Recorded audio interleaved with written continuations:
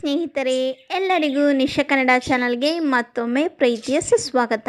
ಇವತ್ತಿನ ವಿಡಿಯೋದಲ್ಲಿ ಬಾಕಿ ಉಳಿದಿರುವ ಇಡ್ಲಿಯಿಂದ ಸಖತ್ ಟೇಸ್ಟಿಯಾಗಿ ಕ್ರಿಸ್ಪಿಯಾಗಿ ತೂತು ವಡೆ ಯಾವ ರೀತಿ ಮಾಡೋದು ನೋಡ್ಕೊಂಬರೋಣ. ಅದಕ್ಕಿಂತ ಮುಂಚೆ ನನ್ನ ಚಾನಲ್ನ ಫಸ್ಟ್ ಟೈಮ್ ನೋಡ್ತಾ ಇದ್ದರೆ ನಿಶಾ ಕನ್ನಡ ಚಾನಲ್ ಹೋಗಿ ಸಬ್ಸ್ಕ್ರೈಬ್ ಮಾಡಿ, ಈ ವಿಡಿಯೋಕ್ಕೊಂದು ಲೈಕ್ ಮಾಡಿ, ಈ ವಿಡಿಯೋ ನಿಮ್ಮ ಸ್ನೇಹಿತರು ಮತ್ತು ಫ್ಯಾಮಿಲಿ ಮೆಂಬರ್ಸ್ ಅದು ಶೇರ್ ಮಾಡಿ.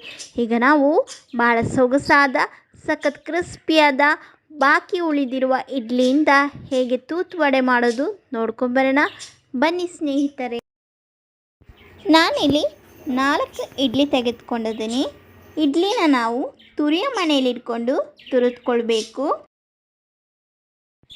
ನೋಡಿ, ತುರಿದಿರುವ ಇಡ್ಲಿನ ಅಳತೆ ಮಾಡ್ಕೊಳ್ತಾ ಇದ್ದೀನಿ. ನೋಡಿ, 1 ಕಪ್ ಆಗುವಷ್ಟು ತುರಿದ ಇಡ್ಲಿ ಮಿಕ್ಸ್ ಇದೆ. ಈ ರೀತಿ ಮೆಷರಿಂಗ್ ಕಪ್ ಅಥವಾ ಬೌಲ್ ಸಹಾಯದಿಂದ ಅಳತೆ ಮಾಡ್ಕೊಳ್ಬೇಕು. ಈಗ ನಾನು ಇಲ್ಲೊಂದು ಮಿಕ್ಸಿಂಗ್ ಬೌಲ್ ತೆಗೆದುಕೊಂಡಿದ್ದೀನಿ.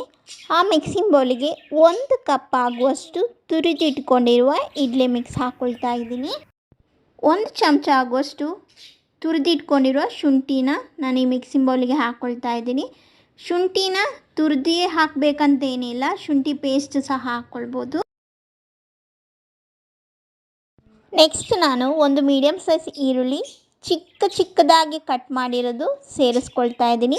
ನಾನಿಲ್ಲಿ 1 ಕಪ್ ಆಗುವಷ್ಟು ಇಡ್ಲಿ ಮಿಕ್ಸ್ ತೊಗೊಂಡಿದ್ದೇನೆ, ಅದಕ್ಕೆ ನಾನು 1 ಮೀಡಿಯಮ್ ಸೈಜ್ ಈರುಳ್ಳಿ ತೆಗೆದುಕೊಂಡಿದ್ದೇನೆ. ನೀವೇನಾದರೆ 2 ಕಪ್ ತೊಗೊಂಡಿದ್ರೆ ಒಂದು ದೊಡ್ಡ ಈರುಳ್ಳಿ ಚಿಕ್ಕದಾಗಿ ಕಟ್ ಮಾಡಿ ಸೇರಿಸ್ಕೊಳ್ಬೋದು. ನಾನಿಲ್ಲಿ ಒಂದು ಹಸಿಮೆಣಸಿನ್ಕಾಯಿ ಚಿಕ್ಕದಾಗಿ ಇರೋದು ಈ ಮಿಕ್ಸಿಂಗ್ ಬೌಲಿಗೆ ಸೇರಿಸ್ಕೊಳ್ತಾ ಇದ್ದೇನೆ. ನಿಮಗೆ ಖಾರಕ್ಕೆ ತಕ್ಕಂತೆ ಹಸಿಮೆಣಸಿನ್ಕಾಯಿ ಸೇರಿಸ್ಕೊಳ್ಳಿ.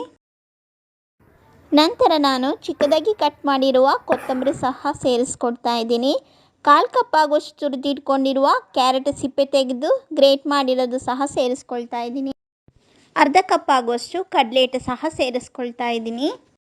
ಕಡಲೆ ಹಿಟ್ಟು ಸೇರಿಸಿದ ನಂತರ ರುಚಿಗೆ ತಕ್ಕಷ್ಟು ಉಪ್ಪು ಸೇರಿಸ್ಕೊಂಡು, ನಂತರ ನಾನು 1/2 ಟೀ ಸ್ಪೂನ್ ಆಗುವಷ್ಟು ಸೋಂಪಿನ ಕಾಳು ರೋಸ್ಟ್ ಮಾಡಿ ಪೌಡರ್ ಮಾಡಿದ್ದು ಸಹ ಸೇರಿಸ್ಕೊಳ್ತಾ ಇದ್ದೀನಿ. ನಿಮ್ಮ ಹತ್ರ ಸೋಂಪಿನ ಕಾಳು ಪೌಡರ್ ಇಲ್ಲದಿದ್ದರೆ ಅದರ ಬದಲು ಚಾಟ್ ಮಸಾಲ ಸಹ ಉಪಯೋಗಿಸ್ಕೊಳ್ಬೋದು. ಹಾಕಿದ ಎಲ್ಲ ಪದಾರ್ಥಗಳು ಕೈಯಿಂದ ಚೆನ್ನಾಗಿ ಮಿಕ್ಸ್ ಮಾಡಿದ ನಂತರ 2 ಟೇಬಲ್ ಸ್ಪೂನ್ ಆಗುವಷ್ಟು ನೀರನ್ನು ಸ್ವಲ್ಪ ಹಾಕಿ ಹಿಟ್ಟೆಲ್ಲ ಕಲಿಸ್ತೀವಲ್ಲ ಅದೇ ರೀತಿ ಸಾಫ್ಟಾಗಿ ಹಿಟ್ಟನ್ನು ಕಲಸ್ಕೊಳ್ಬೇಕು. ಕಲಿಸ್ಕೊಳ್ಳೋಕ್ಕಿಂತ ಮುಂಚೆ ಅದಕ್ಕೆ ಉಪ್ಪು ಖಾರ ಹುಳಿ ಏನಾದರೂ ಕಮ್ಮಿ ಇದ್ದರೆ ಆ್ಯಡ್ ಮಾಡಿಕೊಂಡು ಹಿಟ್ಟನ್ನು ಚೆನ್ನಾಗಿ ಕಲಸ್ಕೊಳ್ಬೇಕು. ಹಿಟ್ಟು ರೆಡಿಯಾಗಿದೆ. ಈಗ ನಾವು ಕೈಗೆ ಸ್ವಲ್ಪ ಎಣ್ಣೆನ ಗ್ರೀಸ್ ಮಾಡಿಕೊಂಡು, ಹಿಟ್ಟು ಕೈಗೆ ಅಂಟ್ಕೊಳ್ಳುತ್ತಲ್ಲ, ನಂತರ ಸಣ್ಣ ಬಾಲ್ಸ್ ಆಗಿ ಮಾಡಿಕೊಂಡು ನಾವು ವಡೆ ಎಲ್ಲ ತರ್ತೀವಲ್ಲ ಅದೇ ರೀತಿ ತಟ್ಬಿಟ್ಟು ಮಧ್ಯೆ ಈ ರೀತಿ ತೂತು ಮಾಡಬೇಕು. ನೋಡಿ, ನಾನು ಈ ರೀತಿ ತೂತು ವಡೆನ ರೆಡಿ ಮಾಡ್ಕೊಂಡಿದ್ದೀನಿ. ಈಗ ನಾವು ಇದನ್ನು ಫ್ರೈ ಮಾಡ್ಕೊಳ್ಬೇಕಲ್ಲ, ಅದಕ್ಕೋಸ್ಕರ ನಾನು ಇಲ್ಲೊಂದು ಕಡಾಯಿ ಇಟ್ಟಿದ್ದೀನಿ. ಕಡಾಯಿ ಬಿಸಿಯಾಗಲಿ. ತೂತು ವಡೆ ಫ್ರೈ ಮಾಡ್ಕೊಳ್ಳೋಕ್ಕೆ ಎಷ್ಟು ಎಣ್ಣೆ ಬೇಕೋ ಅಷ್ಟು ಎಣ್ಣೆ ಕಡಾಯಿಗೆ ಹಾಕ್ಕೊಂಡು ಮೀಡಿಯಮ್ ಫ್ಲೇಮಲ್ಲಿ ಇಟ್ಕೊಂಡು ಬಿಸಿ ಮಾಡ್ಕೊಳ್ಳೋಣ. ಎಣ್ಣೆ ಬಿಸಿಯಾಗಿದೆ. ಈಗ ನಾವು ತಟ್ಕೊಂಡಿರೋ ತೂತು ವಡೆನ ನಿಧಾನವಾಗಿ ಎಣ್ಣೆಗೆ ಹಾಕ್ಕೊಳ್ಳೋಣ.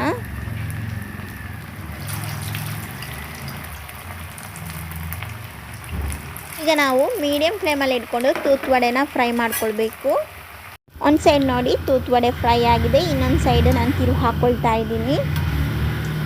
ನೋಡಿ, 2 ಸೈಡು ತೂತು ವಡೆ ಫ್ರೈ ಆಗಿ ಗೋಲ್ಡನ್ ಕಲರ್ ಬಂದಿದೆ. ಈಗ ನಾನು ಎಣ್ಣೆಯಿಂದ ತೆಗೆದು ಸರ್ವಿಂಗ್ ಪ್ಲೇಟಿಗೆ ಹಾಕ್ತಾ ಇದ್ದೀನಿ.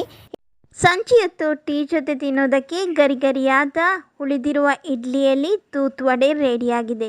ಒಮ್ಮೆ ನೀವು ನಿಮ್ಮ ಮನೆಯಲ್ಲಿ ಟ್ರೈ ಮಾಡಿ ಹೇಗೆ ಬಂತು ಅಂತ ನನ್ನ ಕಮೆಂಟ್ಸ್ ಬಾಕ್ಸ್ನಲ್ಲಿ ಕಮೆಂಟ್ಸ್ ಮಾಡಿ. ಮುಂದಿನ ವಿಡಿಯೋದಲ್ಲಿ ಇದೇ ರೀತಿ ನಾನು ಹೊಸ ರೆಸಿಪಿಯೊಂದಿಗೆ ಬರ್ತೇನೆ. ಎಲ್ಲರಿಗೂ ಧನ್ಯವಾದಗಳು.